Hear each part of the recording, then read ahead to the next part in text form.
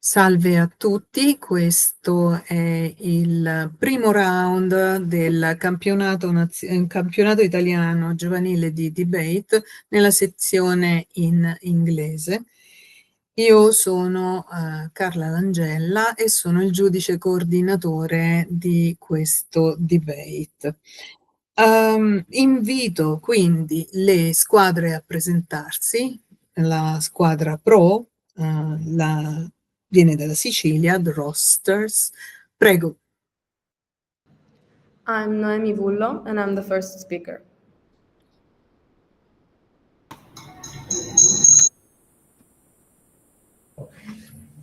I'm Lavinia Buca, I'm the second speaker and I will do the reply speech. And I'm Viola Gentile, I'm the first speaker. Prego, allora i ragazzi del Mosé Bianchi White di presentarsi. I am Mario Mancino, I'm the first opposition speaker. Good evening, I'm Giada Gambino, second speaker, fourth speaker. Hi to everyone, I'm the third speaker of opposition team from Mosé Bianchi. Thank you. Invito anche gli altri giudici a presentarsi. Giulia Latorre, judge. Chiara Di Bello, judge. Good. So we can start the debate. Please, I invite the first speaker of the proposition team, Noemi Ullo, sorry, to give your speech. Please. So my speech will start in 3, 2, 1. How can you be held accountable for something potential, hypothetical, theoretical, maybe even extremely remote?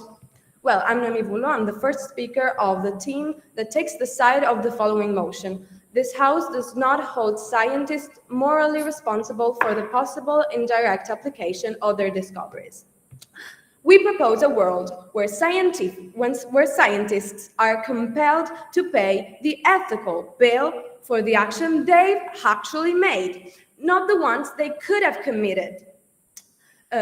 We are not proposing a utilitaristic world where we are proposing a world that accounts you morally for what you have done knowingly, or the implication that you have knowingly neglected. Individuals are responsible for what they intend and control, not what others can do. And here we go to the definition of indirect application: uses or effects that are not direct or immediate, but are achieved through another element, method, or intermediate process, such as another individual deed or interpretation. The motion itself talks about a possibility should a scientist shut down for the hypothetical action of someone else. I refuse. The motion, a scientist is in human search for truth and progress. To pretend that a scientist is able to predict every possible application of a discovery is unrealistic. The debate is about moral responsibility, which means being ethically accountable for someone's actions. It involves the obligation to act according to the ethical principles. So isn't since scientists' duty to report every discovery? How can they do it if they also have the responsibility of a possible future application for the discovery that could be held as a responsibility of the scientists?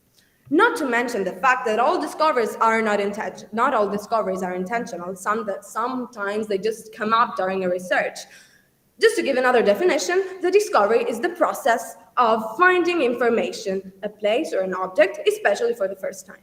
We argue that uncertainty about long-term consequences makes moral accountability impossible. No one can predict every future use.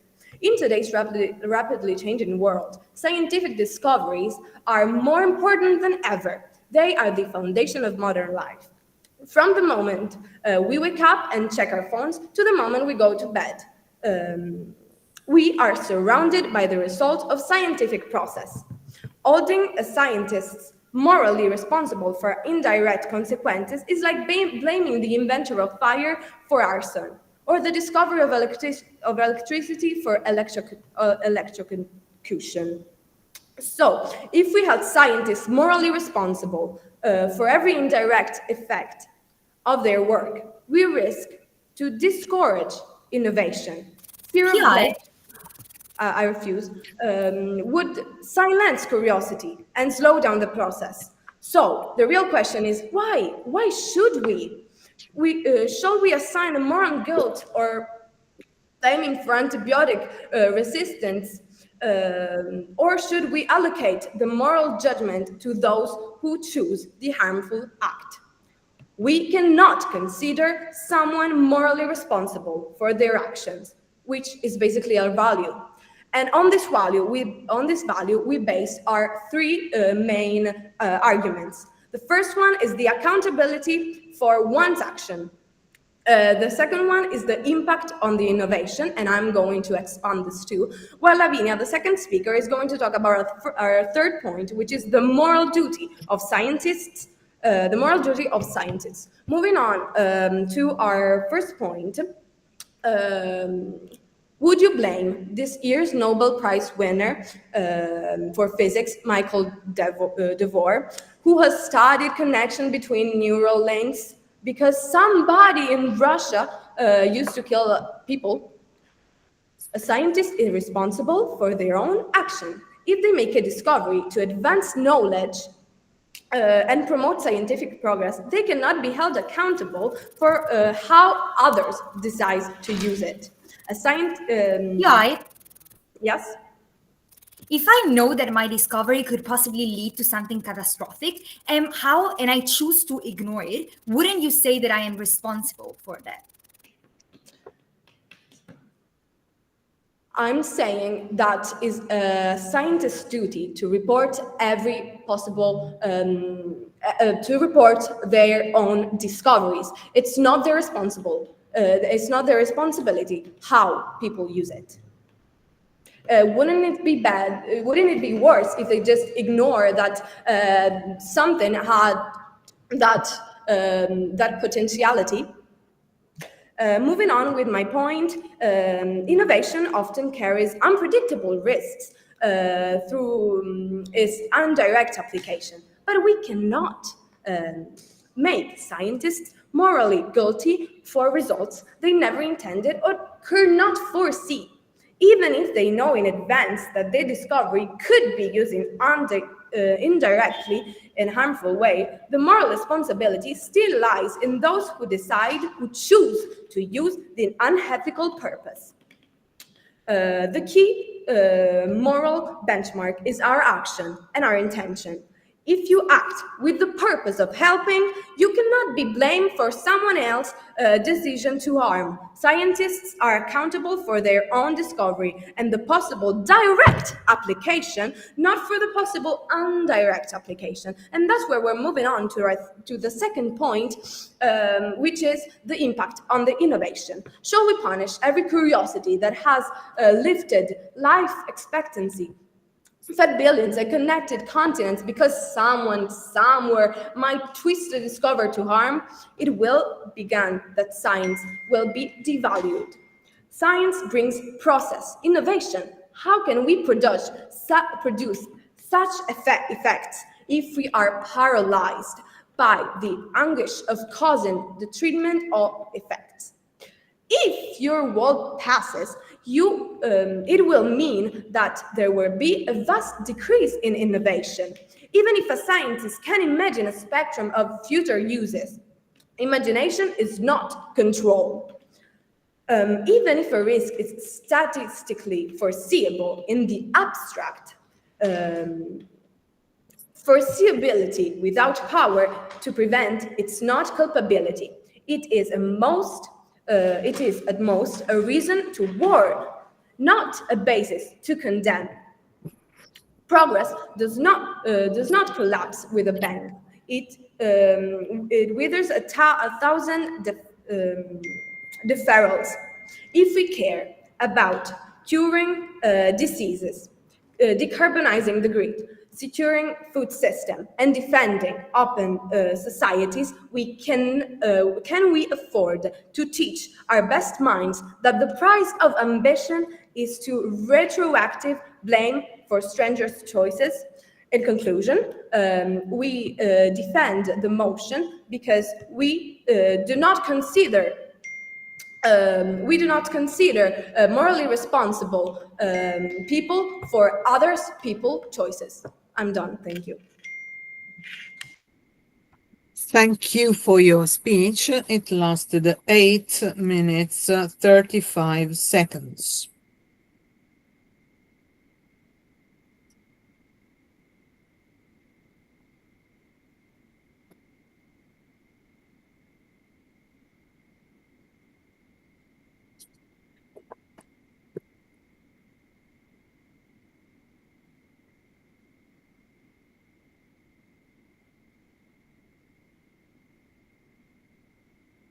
Please, the two judges can give me a sign of going on. Possibility. Good. Okay, so please, Mario Mancino, you can start your speech when you're ready. Yes, just a second, please. Yeah, please.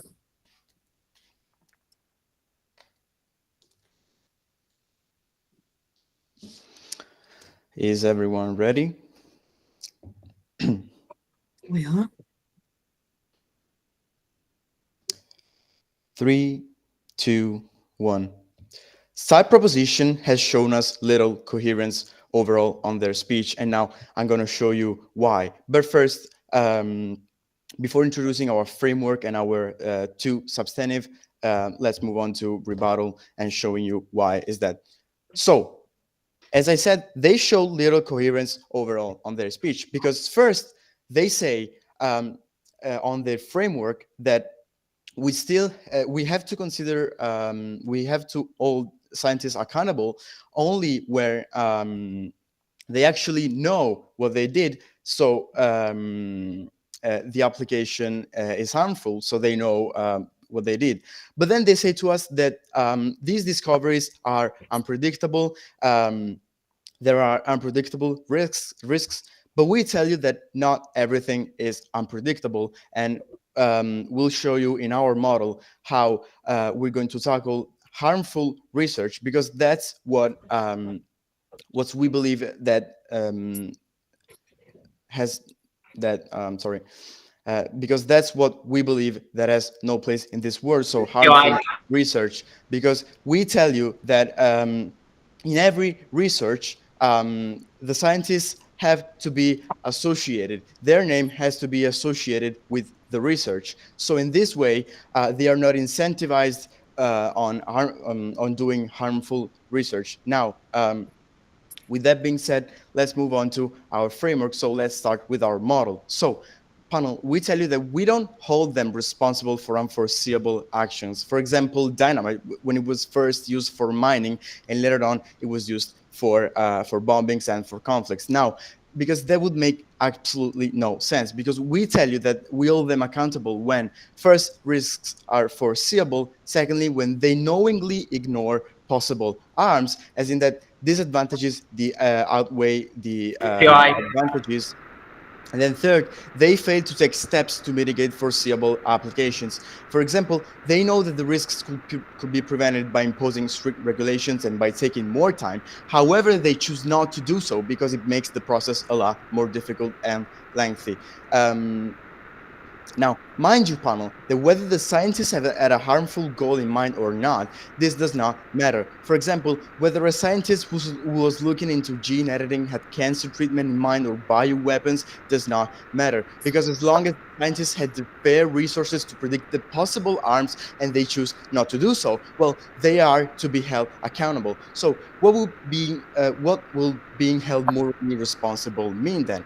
It would mean that your name and figure is going to be associated with the practical legal consequences of your discoveries. Now, a few things here. First is that moral responsibility does not mean that if a government uses a weapon improperly, you're going to go to jail, because this is a practical responsibility. But still, we tell you that your name, you're going to be associated with the situation, because that's just the fairest way. And then we also tell you that in practice, that could play out as you not being able to conduct other research later on in your career. This looks like a scientist being associated with the discovery of a mass destructive principle. They are held morally responsible for the death of the people caused by the weapon, of course, regardless of whether they had a weapon in mind or not. And universities not wanting them on their research stuff later on in their careers. So this means that because they were associated with a weapon, they can find a job later on. So now moving on to some stakeholder analysis to better understand this motion. So first stakeholder, scientists. So we tell you that they are incentivized by the field to make research as fast as possible, because the scientific field is very competitive and there is a limited amount of resources available. Then second, we tell you that this means that they are actively disincentivized to lengthen the process. And this is important because of two reasons. The first reason is that there is a power imbalance between the scientists and the rest of the population. So this looks like scientists having the knowledge to understand the technicalities of their field better than the average person, and even better than the average lawmaker. Then second, this means that they are able to understand to a certain degree the possible outcomes of the research. And then three, however, we told you that it is not in their interest to lengthen the process, which is inevitable when strict regulations are involved. So this means that most of the times they will knowingly choose not to take the steps needed. So we tell you that the only way to have scientists take those necessary steps is to change the cost-benefit analysis. So, for example, by making being unethical more costly than being competitive. And we were able to do so when we put their career at risk. So now, obviously, we're willing to give nuances and say that there are some scientists who care about morals regardless of whether they are held accountable or not. However, we see in the status quo so many scientists choosing to focus on the war field, or accepting corruption by lobbyists, or choosing profit-based science. So we tell you that the arms are so high that we cannot take that chance. Now, this leads us to our first argumentation, the disincentivization of harmful research. So on the proposition, world scientists only care about where research is more profitable. So if they have the choice to focus on cancer treatment, but knowing that they'll earn less money, or focusing the research on weapons, they will 100% go for weapons. And do you know why? Because they're not held accountable for any of the consequences that come with their discoveries. So they don't care about the impacts that all of this leads to society. So they only care about earning more money. So this means that side proposition is incentivizing the most harmful research to society. And we also say this today. Let's make a comparison. Let's make a comparison between medicine and weapons, because nowadays we still haven't made concrete progress on the disease that is taking millions and millions of lives every day, and there is cancer. And you know why is that? Because let's move on to weapons. So we see hundreds of conflicts going on in the earth today, and we see that military intelligence equipment is advancing like it never did. So that's because the people who are directly involved in these conflicts have a huge interest in winning, so they're willing to pay more. The researchers. So the researchers are more attracted by money. So what they do is that they move all there, and they do not concentrate to the best the best way to research. So on our word instead, we tell you that scientists will be held morally accountable for the consequences of their discoveries. So this means that scientists will think twice before engaging in harmful or destructive projects. Now let's move on to our second argumentation. Holding scientists morally responsible incentivizes safer and more human-centered innovation. Now, when scientists know they are morally accountable, they proactively consider future harms and take precautions, because they don't want their career to be put at risk. Then second, this means that they push for ethical boards, protocols, etc. So they impose stricter screening to avoid catastrophes. And then three, this looks like gene editing only being allowed for crops and being strictly prohibited for human beings or bioweapons.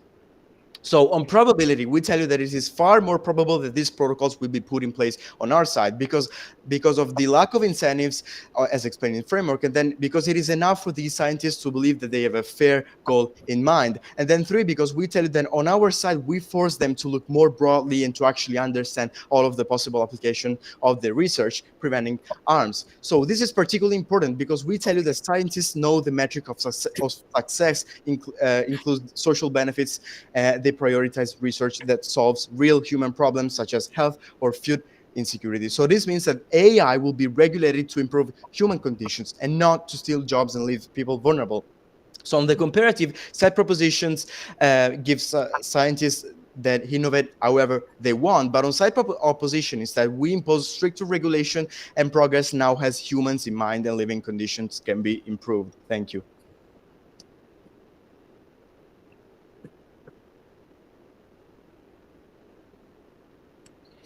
Thank you for your speech. It lasted 8 minutes and 25 seconds.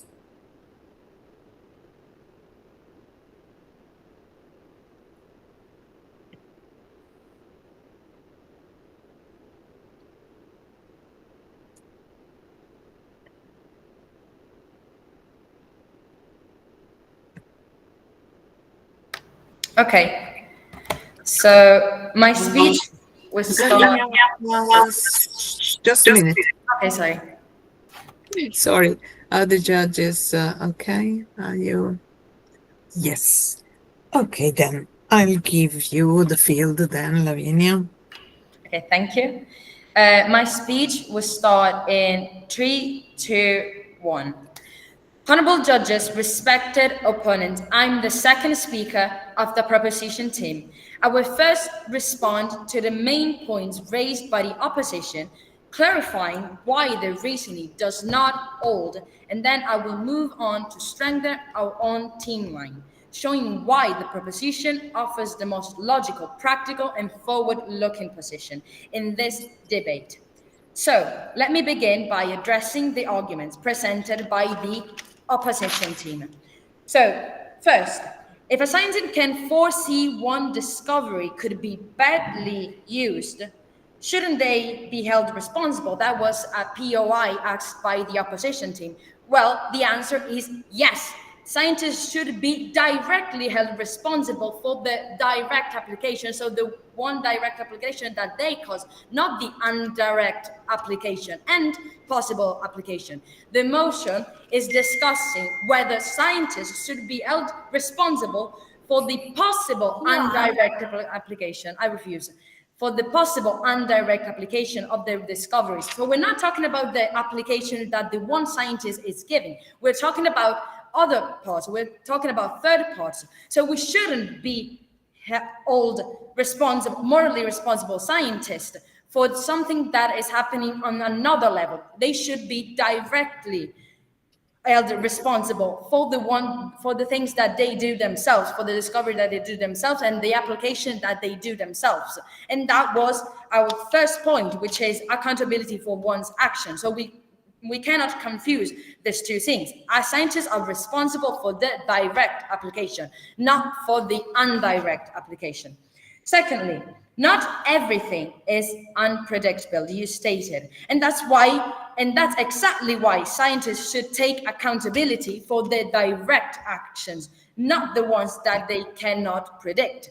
If I make a discovery and I cannot predict that this thing could be badly used, then I shouldn't be held morally responsible for this. Imagine that everything can be badly used. Everything could be damageable. Everything could be harmful. If I discover iron, or if I discover something that is so little that probably cannot harm anybody, then there can be somebody that uses it badly. So I cannot actually predict it. Yes. So then what I'm supposed to do is to actually go to a board and regulate it. In a situation where I choose not to do it, then I am to be held morally responsible, even if I don't use it badly, even if I use it for medical treatment. If someone else uses it badly because I didn't regulate it, then I'm to be held responsible. Okay, but we're talking about the discovery itself, not actually the regulations that are applying to this. there is something that applies on a different level. We're talking about me, scientist. I'm discovering something. Should I be held responsible, morally responsible for this discovery and the indirect application that comes with it? No, I am responsible for the direct application, even if it's bad. So by saying scientists are to be held responsible, you are taking responsibility back from the people that actually are using it badly. If you say that scientists should be held responsible for someone else's application, then I'm not actually saying that that person used it badly. You're basically just putting the responsibility on the scientist himself, while you should hold the responsible the person who did it, not the scientist himself. And I still clear that the fact that we're talking about possible indirect application, not direct application, and we've seen that this has been misunderstood quite often. So for this reason, the position team's claims crumble when we test them against logic, evidence, and long-term reasoning. Now that I've addressed the main issues raised by the opposition, I will move to the second part of my speech, which is strengthening our team's line with our third point, which is the moral duty of scientists. So we've talked about the accountability for one's action. We've talked about the impacts on the innovation. We're going to talk about the moral duty of scientists. Because a scientist's primary duty is to seek truth, to explore, to question, and to expand the limits of human understanding. We are talking about discoveries themselves. If we tell scientists that they must bear moral blame for how others might measure their findings, we're asking them to do the impossible. To foresee every little future twist of history. This is not morality, this is madness. Science is not just a profession, it is a service to humanity. When a scientist discovers something new, they have a duty to let the world benefit from it. Imagine if Marie Curie had hidden her research because radiation could be dangerous. We wouldn't have essential technology which used radios, such as X-rays. How would we know if one of our limbs were broken? We cannot foresee each one application that happens from other people. Therefore, all the scientists morally responsible for the possible indirect application of their discoveries can be deeply hindering, because we are hindering knowledge itself. As we mentioned before, the motion talks about how the possible application are the ones the scientists should be held responsible for. Not all of them are predictable. And expecting scientists to foresee each one possible application and stopping their discoveries is despicable, knowledge-wise. Each one discovery is a step forward to progress, and it must be morally separated from the application themselves.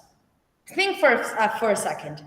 What if we decided to silence scientists for a possibility that isn't even their own?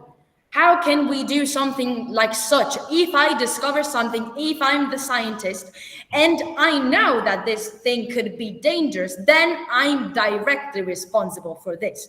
But if I discover it, and keep in mind, everything could be dangerous, if I discover it for the sake of knowledge only, and then third parties, so other people, apply it indirectly and possibly use it in a harmful way, then I shouldn't be held morally responsible for it. Because as we stated in our first argument and a second argument, we are first stopping innovation, because as we stated in the third argument, we are talking about knowledge, we're hindering knowledge. And second, we are taken responsibility back from the actually hindered people that are actually hindering itself, not the scientists themselves. So in short, holding scientists morally responsible for indirect application would destroy the moral core of science itself. It would silence discovery, discourage innovation, and betray the very values that drive scientific progress: curiosity, openness, and the pursuit of truth. To conclude, let me bring everything back together. So we have heard the opposition question whether a scientist could be actually held morally responsible for the action of others. But yet, even if it was, then it wouldn't be morally correct, because we are hindering knowledge itself. we should be hindering those who apply it badly, not the scientist himself. So our teams have offered a vision that is practical, and we have shown that by accountability for one's action, impact on the innovation, and the moral duty of scientists, we firmly stand with the motion which says that not all the scientists morally responsible for the possible indirect application of their discoveries. Thank you. Thank you for your speech. It lasted 8 minutes, 22 seconds.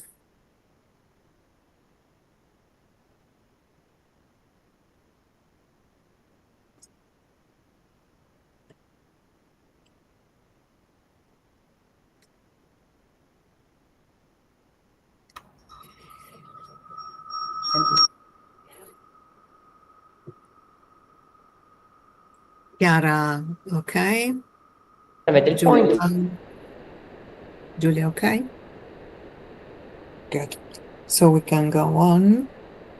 And I call Gianna. Gianna, please, give your speech.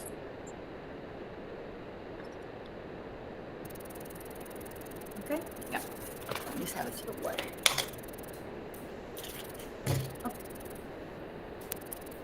Panel, as second speaker, 3 things in my speech. First of all, some framework clarifications, then the main clashes in this round, negative rebuttals and weighing, finally extensions of our opposition's line. Mind you that extensions will be actually integrated throughout my entire speech. Now, let's start with a quick framework clarifications, right? Let's thoroughly understand the motion.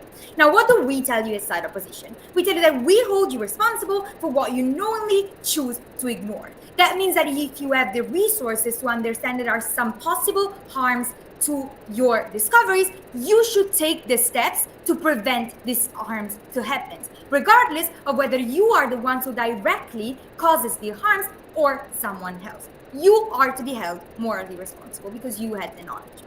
Now, side proposition tries to challenge this interpretation on 2 different levels. Let me prove to you why our interpretation is actually the correct one. At first, they try to challenge it by saying that the motion talks about possibility. Therefore, it is simply unpredictable, right? Our interpretation of the word possibility is better because we interpret it as a reasonably expectable risk given by current knowledge. The way they interpret it instead is every single possible thing. We tell you that their interpretation simply is not fair, and they actually drop it in the second speech because the motion would be impossible to be debated if we as side opposition had to prove that scientists were to be held accountable for something they did not have the knowledge to predict. That looks like we holding Einstein responsible for nuclear weapons because he discovered the theory of relativity. We tell you that this is simply unfeasible and not sensible. We tell you instead, and it also simply does not make sense because if you don't have the knowledge to be held accountable for something, then you're not going to be held accountable for it in the time you are in the span of your life, right? So there are actually no practical consequences to it. On our side, instead, there are some practical benefits that come with our interpretation of the word possibility. You're held accountable for the things that you could have predicted and you chose not to predict, even though you're not the one who is actually causing the harm. That means that once you are held accountable, then you could possibly later on in life lose some researching gigs that you might have gotten otherwise. We give you the scenario, right? We tell you, I might be someone who has researched and who has discovered a mass destructive principle. I did not use that principle to invent hope. Someone else did. However, when I conducted the research in the first place, I could have predicted that that principle was mass destructive. Because I did not take the steps to prevent the harms to come to reality, I am now held accountable. Because I am now held accountable, universities do not want to hire me. I lose my job. Therefore, when I'm actually conducting the research, now I think about it twice, whether I want to publish this paper and whether I do not want to spend the time regulating my research or not. Now, the second way they try to challenge it is that they challenge direct responsibility. They tell you that, you should only be held responsible for what you do yourself. We take the high road. We take the high end. We tell you that we hold them responsible for their actions and what the other people do with their research instead. Because there are nuances to research, right? I may use my research well, but I have to think of all of the possible uses of my research before I publish it. This is important because once we have you think about the possible uses of your research, we are incentivizing you to regulate it. We're not telling you you cannot publish the research. We're telling you you can study gene editing. However, you have to push for the regulations that make it impossible to apply gene editing to human beings so that we can avoid the loss of human lives. So you can go on with your research as long as you regulate it. But then B, we tell you that now you're actually incentivized to think about all of the possible applications of your research so that you can value whether this research is the ones you want to conduct or not. Now, finally, on framework, we tell you that this is how it works in the status quo for boards. And this is something that side proposition is ignoring. When you think about the weaponry field, when you think about the nuclear field, right, there are boards that are held accountable for the foreseeable harms that come with their discoveries. Scientists, instead, are not held accountable. We are simply expanding that responsibility to scientists as well, so that they do not give up to corruption or to lack of responsibility, as we explained thoroughly in framework. Now, finally, let's move on to the main two clashes. The first one, which I've actually talked a lot, so it will be brief, is on moral responsibility. What does side of proposition tell us? They tell us that scientists should be held accountable for what they do, not for what other people do.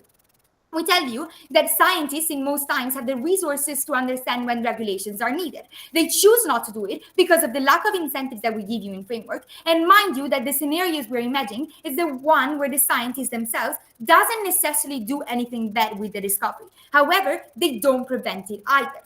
If they could have prevented it, they should have done so, and they should have thought about it twice. Now, I've already spent so many minutes on this, so let's quickly move on to the second clash, because the first one is very obviously won by us, which is on progress. What does side proposition tell us? They tell us that if you raise the cost of research, you will disincentivize the field overall, and we will lack studies in science.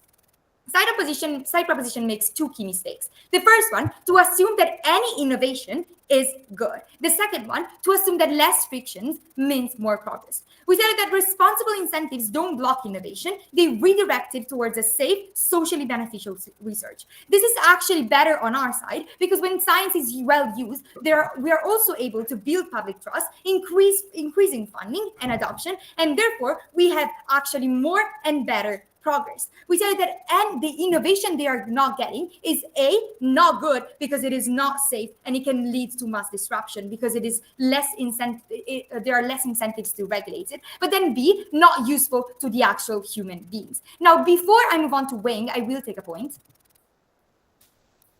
If there are points. Yes, so I wanted to ask you at first that if you know that it will cause such effects, does that not mean that it is direct? Because it will directly... No, okay, I got your point, thank you. So direct application means that you yourself do something bad.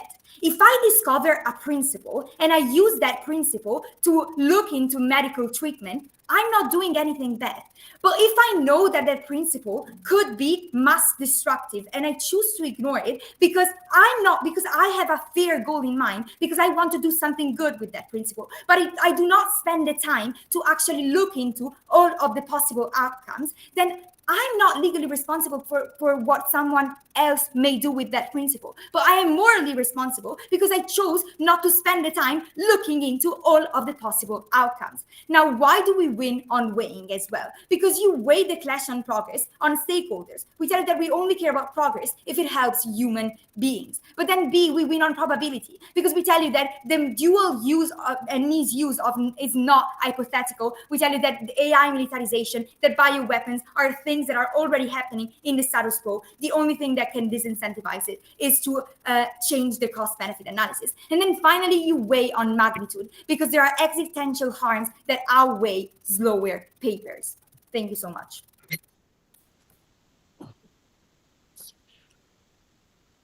Thank you for your speech. It lasted 8 minutes.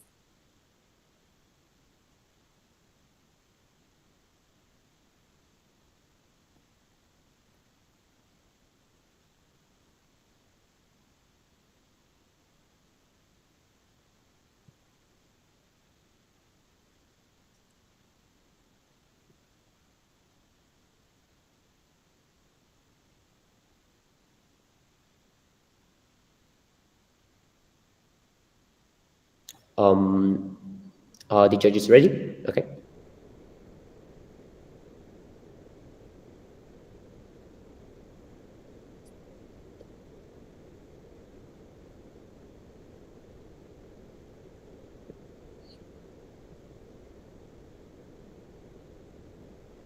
So can we give the field to the other? Okay, so Joanna, please take the field. So my speech will start in 3, 2, 1. Do we blame the cartographer for a general's invasion or the mathematician for a thief cipher? The principal reason is this. To hold A responsible for B's misuse, you must show that A either intended a misuse, unreasonably discarded a concrete proximate risk that A controlled, or collaborated in the harmful act. Absent these conditions, blame becomes collective punishment for curiosity. Even if we elevated the standard to ought to have known, we would still collapse innovation into precautionary paralysis, because the set of imaginable misuse of any powerful tool approaches infinity. Even if we craft a foreseeability threshold, opportunistic hindsight will always find a memo, a footnote, or a slide deck to declare after the fact that they knew. That is not ethics, that is scapegoating. There is also a pragmatic reason. Moral overreach shields discovery long before any loss is passed. The first POI talked about the fact that if I know about the catastrophic effect, I obviously should not cause it. And that is what we are supporting. The problem is that you have done it. You've done it intentionally, knowingly. So your effects are direct and directly caused. They could have been indirect if you hadn't known about it. You said, and we agree, that they have to be accountable for neglecting the detrimental effects. But those effects you've talked about are just direct. You caused them. You wanted them. You said that they possibly, no, thank you. You possibly knew. But if you do it knowingly, it means you want to cause it. So you agree with our conception of direct, caused by yourself. Moreover, you are basically confusing the progress in science and its maybe successes in investing with the moral applications, indirect moral application, actually. Moreover, we have never said that, one of you said that we find science intrinsically good. We never said that. You basically argue that maybe with great power comes great responsibility. Agree. But responsibility scales with control. And obviously, as I will show, you cannot have control with imagination. So first, on the abundant model, opposition quietly shifts from moral responsibility, no thank you, to a de facto strictly liability regime for knowledge. You also said, I also hold you accountable for what you have done, for what you haven't done, sorry. They claim that if a harmful application was foreseeable, the discoverer bears moral blame. This collapses agency into imagination. Foreseeability is not control, and moral judgment tracks what an agent intends and can reasonably prevent. If they insist otherwise, do they accept that every author, engineer, teacher is morally responsible for any misinterpretation or misuse that a third party might have committed? If their standard really is, you could have known, no thank you. They are arguing for omniscience as a condition of innocence. Our side offers a workable test, agency, intention, reasonable control over approximate risks, under which scientists carry duties of conduct. Where they act, they can intervene, and responsibility for indirect harm sits with those who choose, deploy, benefit from the harmful application. It will be caused direct, that is the moral locus, basically. Secondly, on the invocation of the precautionary principle, which is one of your strongest principles, I suppose, our position claims that without upstream moral liability, science runs blind. This is a false dichotomy. We support rigorous ethic views, as you've said, disclosure norms, red team testing, escalation to oversight bodies, and when necessary, refuses to collaborate. If a scientist can foresee and knows it is detrimental, it means it will be directly caused, knowingly then, so you basically agree with us. What we reject is retroactive moral guilt for remote, mediated harms. Their model sounds disciplined, but it predictably chills frontier research. If early career scientists learn that even after complying with safety and disclosure, they may be condemned for what unknown actors decades later or contemporarily have done. What kind of questions will they choose to pursue? Small, safe, stagnant ones? The opposition must explain why a rule that punishes the most open and candid research will yield transparency, not less. Even if they reply that additional liability sharpens caution, as first speaker said, they will think twice, it also deters disclosure. When acknowledging dual use potential is self-incriminating, the rational response is just silence. Our role creates incentives to speak up early and often. I will accept them at the end, thank you. In a POI, you ask, what if I use it for medical reasons and somebody else uses to kill?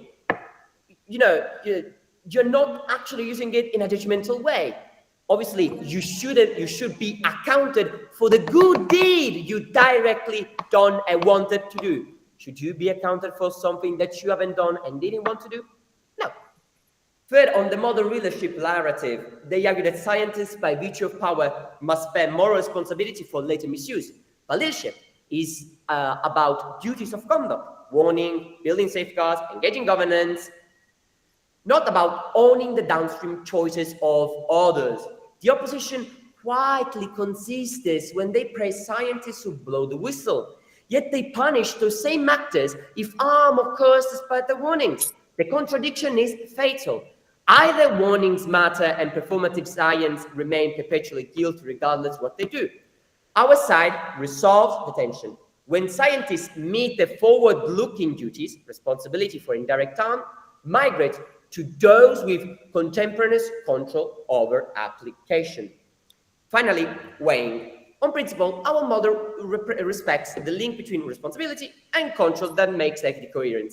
On pragmatics, it preserves the option value of discovery while strengthening governance where it matters. On safety, it maximizes early disclosure and peer scrutiny rather than driving knowledge into opacity. Even if you granted the opposition a kernel of truth that some dual-use fields pose unique dangers, our framework already captures the cases through duties of conduct and proximity. Theirs overreaches by condemning curiosity for strangers' choices. I will accept one POI. Yes, so can you please engage for the first time in your speech with our actual framework where we tell you that you are held accountable the moment the risks are foreseeable and you fail to take the steps, regardless of whether you knew or not they were foreseeable, you didn't take the steps.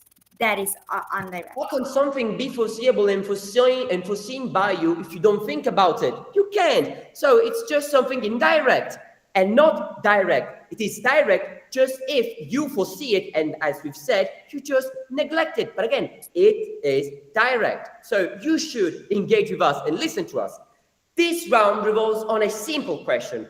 Do you want a world where we deter discovery by threatening retroactive blame for remote misuse? Or a world where we demand rigorous, enforceable duties where agents actually hold the levers? Our side delivers more clarity, better incentives, and safer, faster progresses. Thank you. Thank you for your speech. It lasted 8 minutes 14 seconds.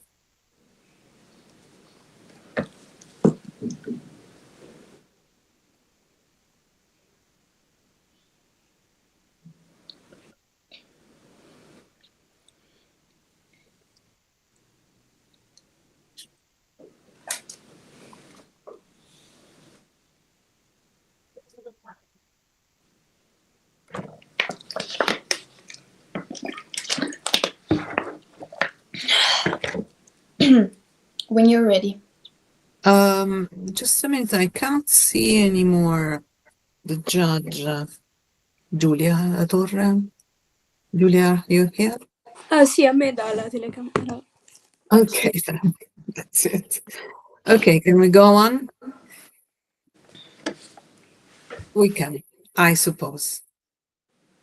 That's it. Okay. So please, this is the last Constructive speech. Prego, Sofia. Okay, my speech will start in 3, 2, 1. Panel. What a proposition has tried to do throughout the whole speeches has been trying to prove points that they were never tackled in our framework.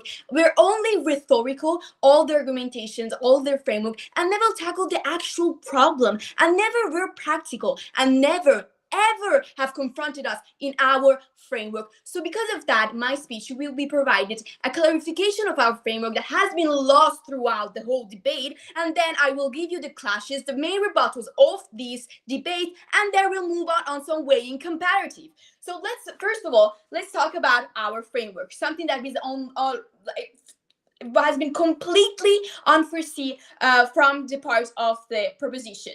So we are holding accountable, once again, we're telling you, scientists that knowingly ignore the disadvantages and the risk of their scientific discoveries in the future. They know that something bad will happen eventually, but they knowingly choose to ignore those things. And that we are not holding accountable scientists that do not see something bad happening, because actually taking responsible every single scientist of this world, as our second speaker has said, is just mental. And then moving on morality. So morality, it's not a practical aspect, but made of name association with possible outcomes and the changes of their careers when scientists chose knowingly to ignore some disadvantages and risks that will be brought in the future. So we have told you that stakeholders are first scientists that are more they have a power imbalance confronted with the population, and that is a main thing that proposition has never tackled. We are telling that the scientists, because of the things that they have, because of the let's say resources that they have access to, and because of the discoveries and the researches they go through, they have to have the powers to actually foresee some possible disadvantages, but they knowingly ignore it. Why? Because we have told you in the framework that scientists ignore this because of, first of all, they want more in less time. They do not want to take their time. And second of all, we have told you that scientists do this because of a profit situation, something that continues to persist even though the three argumentations of proposition.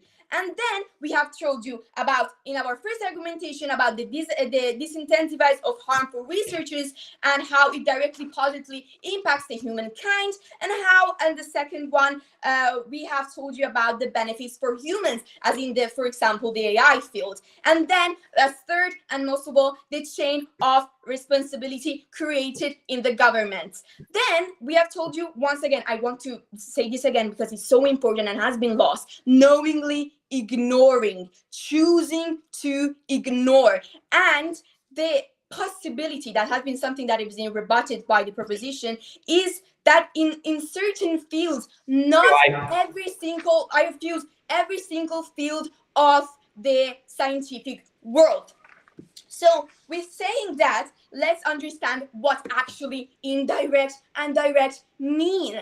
Direct means that you choose and do that action, and you actually physically do it, okay? But they have told us that when you know it, you directly contribute to that. But they do not directly contribute to that. No, they do not directly contribute to that, because once again, we're telling you that they know about that. They do not tackle that. They do not regulate that, but they know about that. They know about the disadvantages that will be brought in that. So we're saying that, let's move on to the three main clashes of our debate. First of all, responsibility. Second of all, progress. And then we have duty. About responsibility, what proposition has tried to push during their speeches has been that responsibility comes only from actual actions, factual acts that they have done. But scientists, as we have said in our framework, know better. They have the resources to understand, to foresee something, and they knowingly decide just to ignore it, to not approach it, to not understand that the disadvantages will bring to disasters. As for example, what we have seen with the scientists of Oppenheimer in the nuclear war, the disaster of Hiroshima and Nagasaki. Are we going to just ignore that? And then we have telling you that when we're talking about responsibility and accountability, something that has been said during their first argumentation, not they have said that responsibility only falls when one takes the action. But are we going to just ignore the signs and just say that an action is going to lead to to accountability and being morally held responsible? When talking about accountability, they have never held accountable someone that knowingly decides to do something, even though they know that the disadvantages are so much more powerful. And then let's move. And on our side, though, responsibility is taken to place because we're telling you that they're morally responsible when they know that something bad will happen. Even though they do not directly take action, they're held responsible. And this creates a chain of responsibility, a chain that scientists bring back the advantages to humankind, and not only for the profit of it or because it is a competitive field. Then let's move on to the second flash, which is progress. So they have said that scientists in research, they research for truth and progress. And I want to say something, panel. Progress and truth to whom? To mankind.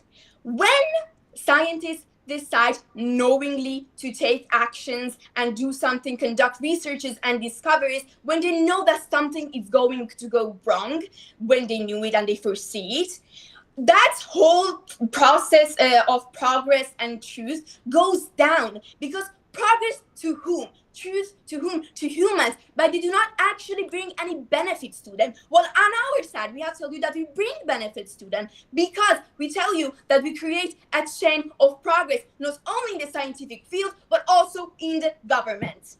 And once again, we're talking about innovation and how innovation is going to get blocked because of the moral responsibility. We'll tell you that progress is going to take, yes, probably more time, but we're telling you once again, more time is better because you actually understand what's going on and you think 2 times before taking an action.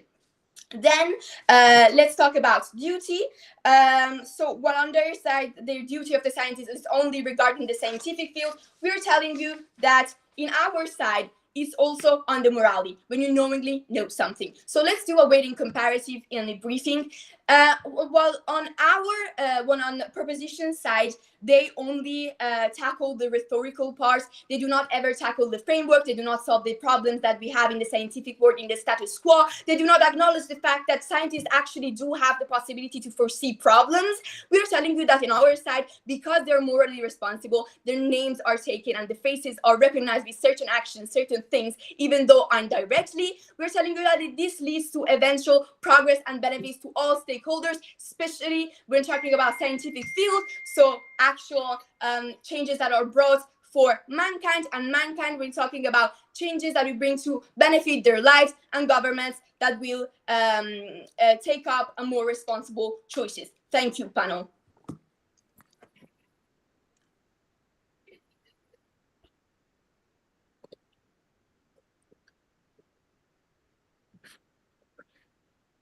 Thank you for your speech. It lasted 8 minutes and 15 seconds.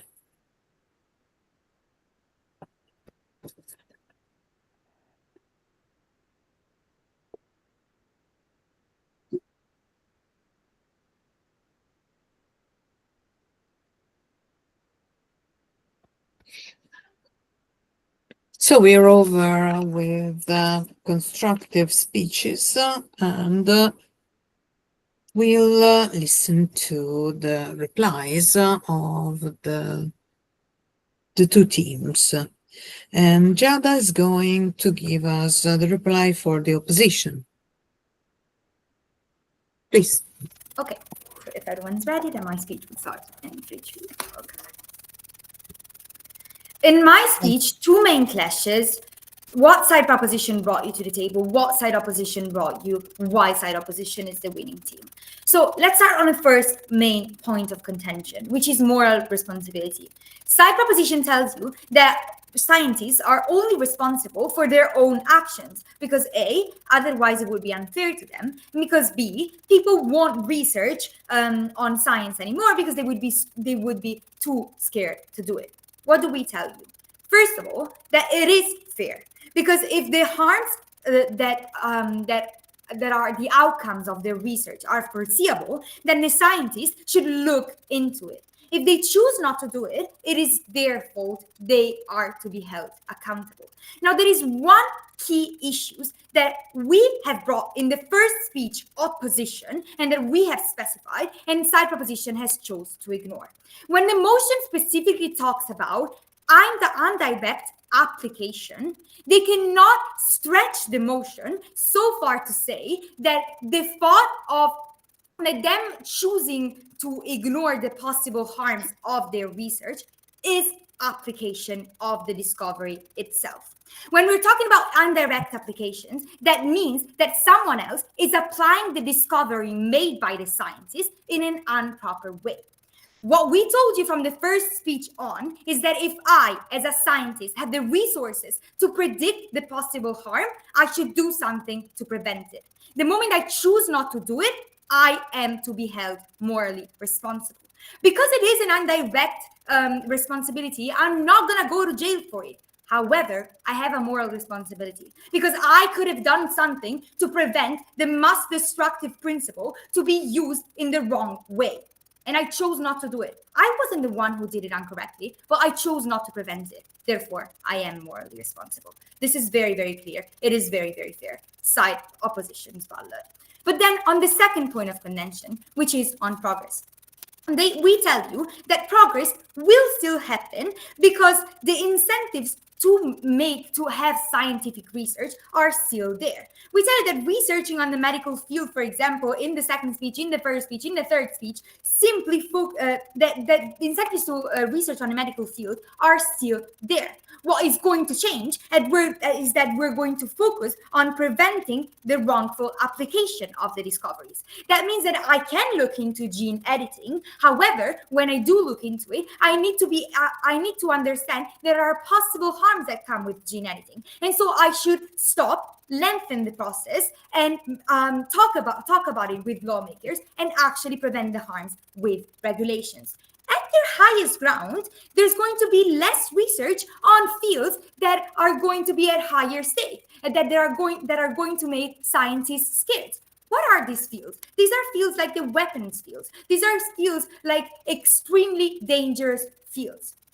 We're willing to take the high hand here. We're willing to say there's going to be less research on the weapon field, no issues. However, we tell you that we're actually able to flip it by saying that now research actually benefits humanity as a whole, because we go back on not profit-based science, but rather human-based science. We go back to focusing on cancer treatment rather than weapon treatment, because now scientists are to be held morally accountable. Therefore, before they accept corruption by lobbyists, before they accept to do something that they might be held accountable later and that might cost them their job, they're going to think twice, and they're going to choose to focus on medical treatment instead of weapon field. Okay. So then at the end of the day, as proposition, we on the word of side proposition, we tell you that scientists want to be as fast as possible because of the competitiveness of the field. And so there are no incentives to lengthen the process. So the impacts and magnitude and probability of their harms, of the mass destruction that can come with wrongful use of discoveries, completely outweigh the slowness that comes on our side. It is very obvious, both side opposition.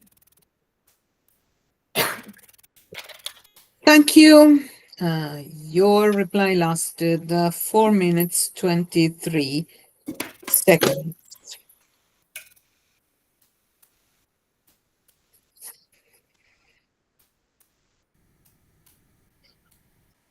Can we go on for the next intervention?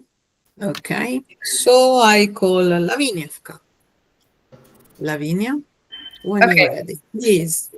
Thank you. So my speech will start in 3, 2, 1. Honorable judges and esteemed opponents, we have reached the end on this debate. And it is now time to bring everything together, to look at the main points of disagreement and to clarify why our team's position is the most valid and convincing one. So the heart of this discussion has revolved around 3 major issues, and I would like to highlight them clearly. So first point of clash is the definition of possible. So the proposition teams offer a proper definition of possible, which is something which may or may not occur. So it's something that we cannot foresee, it's something that we cannot predict, something that it has a doubt on its base. So something that we cannot control. However, the opposition teams wrongly imagines the term possible as something that we can predict and therefore prevent. So something that scientists can control and something that they have power on, which is, as I said before, a wrong definition. Second, we have the point of clash of direct or indirect. The opposition teams presented us with the image of a scientist that can foresee the possible unformed outcome and then is directly responsible for it. And we stated the same. So that's why it appears quite clearly to us that the opposition team has lost the main focus on the motion itself, because we are discussing the possible indirect application of scientists' discoveries. The opposition team, in fact, are putting themselves basically on our ground, that scientists should be and morally responsible if they knowingly neglect the harmful consequences their discovery have. But if you knowingly, so if you do it with knowledge, you are directly responsible for it, not indirectly. You are indirectly responsible, as we stated in our third point, that you are responsible for something indirectly if you cannot foresee the consequences, if you cannot predict these things. Well, the opposition teams basically put themselves on our ground because they said that if you knowingly neglect it, then you are directly responsible. That's basically what we said. And in fact, we proposition teams are the ones who said that the field in which the game takes place, said basically that is the same, which is that we are directly responsible for something that we can foresee ourselves. And our third point is the foreseeability, which has basically played on the fact that scientists in the opposition team's optic can always foresee something, and even if they can't, they have the measurement to predict it, which is untrue, which is impossible. Scientists cannot always predict all the harmful ways in which a discovery can be used. So that's why we proposition team states that we are giving the correct terms, definition, and argument on the matter. So let's compare the words. What is the one where I use a gun to kill somebody and the discoverer of gunpowder is blamed for my action?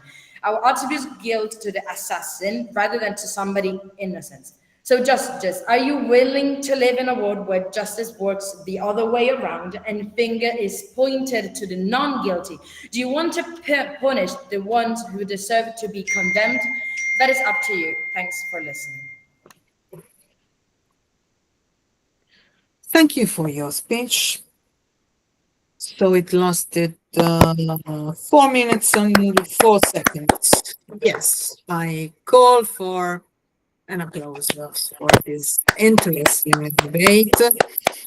Thank you all, the speakers. Now, the judges will review it all and will come back later, I hope very soon. Okay? There'll be a meeting, north and south. Enjoy it. Okay, registration now, just a minute, stop it.